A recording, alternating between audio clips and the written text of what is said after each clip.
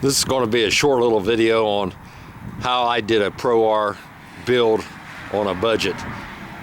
Most of everything that I got for this particular machine came mostly through Amazon, but let's just start with some of the simplest stuff that everybody has to have when they build a machine.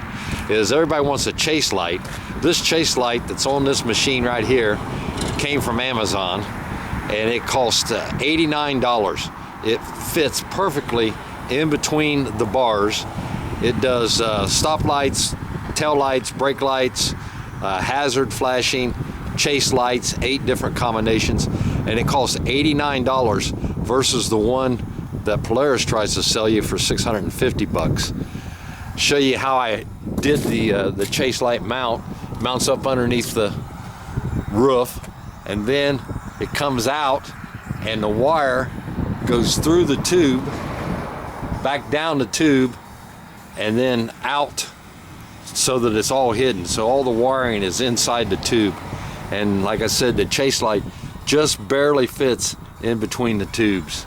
The next spot that I started out with is just a rear view mirror, because this one is street legal. And this rear view mirror came from Tusk, and I think it was 79 or 89 bucks, where the Polaris one is close to 200 bucks. So it's a direct bolt on.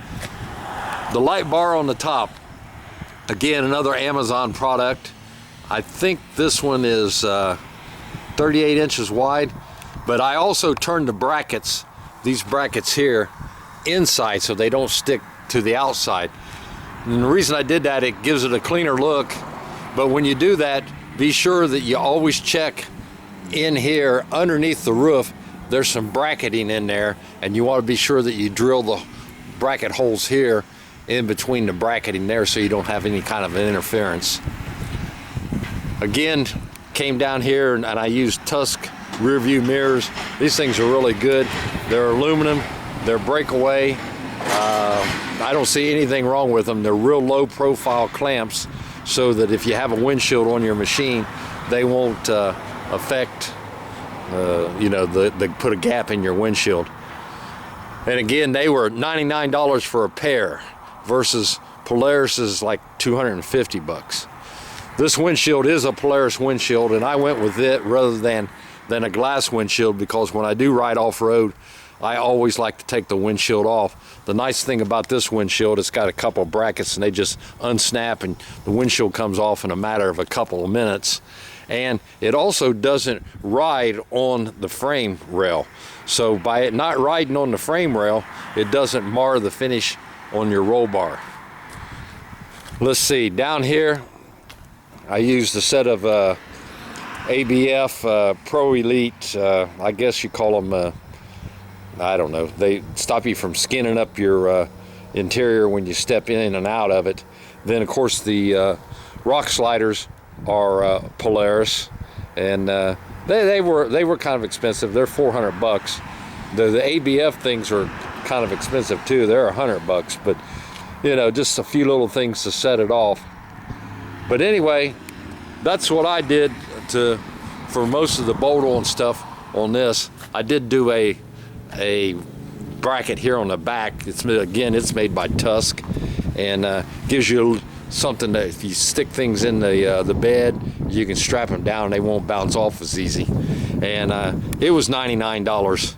So everything was pretty much bolt on, and a fraction of the price of what it cost you if you buy stuff from Polaris, especially like chase lights and driving lights and that kind of stuff.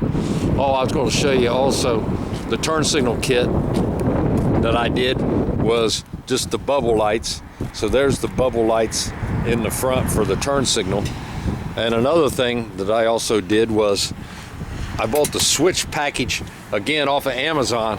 And if you look at this switch package, I filled up every hole. So if you're going to get in there and have to make a wiring harness, you might as well put everything in there, even though you might not be using them. I'm only using the top row right now, but these are wired, ready to go if and when I ever add any more accessories. And again, I've got a two-way radio in here that we use on family radio service frequencies to be able to talk to each other. But I highly suggest that when you do the switches, because working under the dash is no fun, just buy them all and hook them all up at one time, the harness that you build, and then you can reach up in there with 1/4-inch spades and plug into them as you need them. I'll turn the strobe light on, go to the back of the machine and show you the strobe light. But it does do 8 different combinations. So this is just one combination, and every time you push the button differently in there, you can change the pattern of the chase light. And again, the radio, I'm using a diamond antenna here. It's basically a ham radio antenna, and it mounted right to the factory mount in there, and then ran all the wires inside. The light bar on the top is the same way. The wires go through the tube, the factory hole that's in the tube, and then I run it down the tube down to, if you can zoom in on this a little bit, get this camera to zoom one way or the other. Anyway, you can see it came out a rubber grommet, then it goes down in behind where the speakers are, then you get it inside the console so you can hook it up to your switches. Anyway, that's what I did. A whole lot cheaper than buying the Polaris stuff and some of the real high-end stuff, and it all seems to work. I've had all of it on for quite a while and not had any trouble with the light bar or the chase lights. Again, the light bar was 89 bucks, the chase lights were 89 bucks, the mirrors were 100 bucks. I think the turn signal kit was like $49 or $59. Of course, you got to wire it in yourself, but it's a piece of cake to do. The turn signals are triggered by the chase light, so that I didn't have to get into any of the factory harnesses at all for the turn signals. So anyway, that's what I did with this one. It's a whole lot cheaper doing it that way than it was buying OEM parts. Thanks a lot.